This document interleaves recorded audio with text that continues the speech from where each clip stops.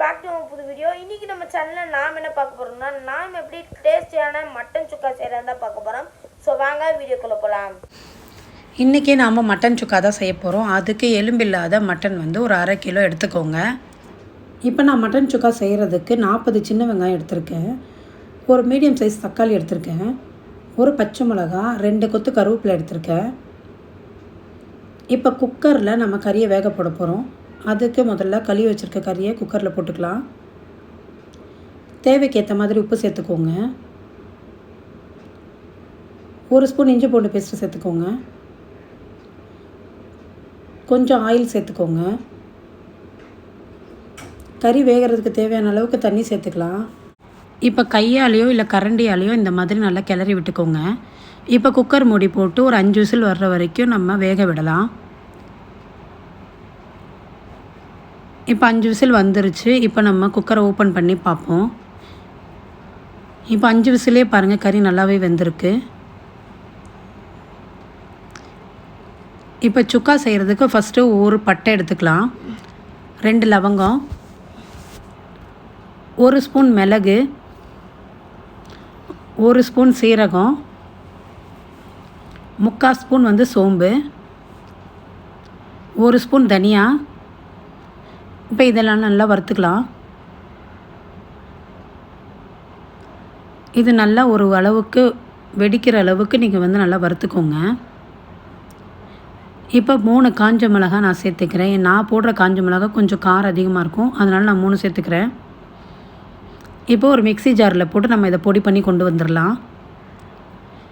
இப்போ ஒரு சாஸ்பேன் எடுத்துக்கோங்க, அதில் ஒரு 5 ஸ்பூன் ஆயில் சேர்த்துக்கோங்க. கூடவே ஒரு 1/4 ஸ்பூன் சோம்பு சேர்த்துக்கலாம்.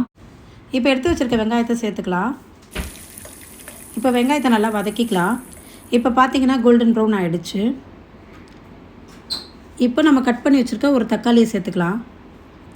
இப்போ தக்காளி நல்லா வதக்கிக்கலாம். இப்போ ஒரு பச்சை மிளகாய் இந்த மாதிரி கட் பண்ணி போட்டுக்கோங்க. இப்போ தக்காளி நல்லாவே வதங்கியிருக்கு.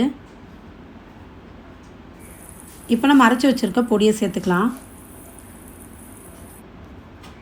இதை நல்லா மிக்ஸ் பண்ணி விட்டுக்கோங்க. இப்போ பார்த்திங்கன்னா நம்ம மிக்ஸ் பண்ணி கொஞ்சம் நேரம் நல்லா வதக்கியிருக்கோம். இப்போ ஆயிலெலாம் நல்லா பிரிஞ்சு மேலே வர ஆரம்பிச்சிடுச்சு.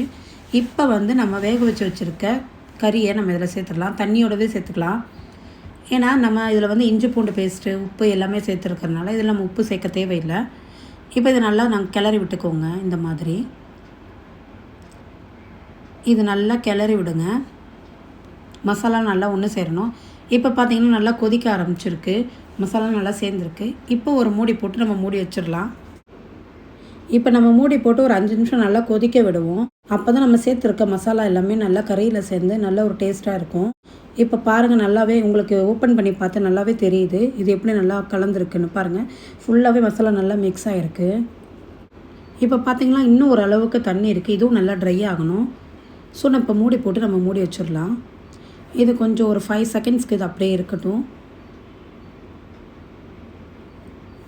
இப்போ 5 செகண்ட்ஸ் ஆகிடுச்சு. இப்போ ஓப்பன் பண்ணி பார்ப்போம். இப்போ பார்த்திங்கன்னா தண்ணி ஓரளவுக்கு ட்ரை ஆகிருக்கு. இப்போ கூடவே நம்ம வந்து கருவேப்பிலை, இப்போ நம்ம கொத்தமல்லியை நல்லா பொடியாக கட் பண்ணி இந்த மாதிரி சேர்த்துக்கலாம். நீங்கள் தண்டோடவே சேர்த்துக்கோங்க. தண்டில் அதிகமான டேஸ்ட் இருக்குது. அது நீங்கள் சும்மா கட் பண்ணி நீங்கள் போடும்போது அதை நீங்கள் கொஞ்சம் சாப்பிட்டு பாருங்கள், ரொம்ப சூப்பராக இருக்கும். இப்போ நான் வந்து ஒரு மூடி போட்டு இதை மூடிடுறேன். நான் வந்து கொத்தமல்லியும் கருவேப்பிலையும் வதக்கலை, மேலேயே தான் போடுறேன். ஏன்னா இந்த ஆவிலேயே கொத்தமல்லியும் கருவேப்பிலையும் நல்லா வெந்துடும். இப்போ நம்ம ஓப்பன் பண்ணி பார்ப்போம் எப்படி வெந்திருக்குன்னு நான் உங்களுக்கு காட்டுறேன். இப்போ பாருங்கள், அந்த ஆவி தண்ணி பட்டு கொத்தமல்லி எவ்வளோ அழகாக வெந்திருக்குன்னு. இந்த வாசனை ரொம்ப சூப்பராக இருக்கும் வேகும்போது. நீங்கள் ட்ரை பண்ணி பாருங்கள். இப்போ இதை நல்லா மிக்ஸ் பண்ணிக்கலாம். நம்மளோட தண்ணி எல்லாமே நல்லா வத்திருச்சு. இப்போ நம்மளுடைய மட்டன் சுக்கா சூப்பராக ரெடி ஆகிடுச்சு. இந்த ரெசிபியை உங்கள் வீட்டில் ட்ரை பண்ணி பார்த்துட்டு எனக்கு எப்படி இருந்துச்சுன்னு கமெண்ட் பண்ணுங்கள். எங்கள் வீடியோஸ் எல்லாமே பிடிச்சிருந்துச்சுன்னா எங்களுக்கு லைக் பண்ணுங்கள், ஷேர் பண்ணுங்கள், எங்கள் சேனலை சப்ஸ்கிரைப் பண்ணுங்கள். இன்னும் ஹெல்த்தியான ரொம்ப டேஸ்டியான ரெசிபீஸோடு நான் வந்து உங்களை பார்க்குறேன்.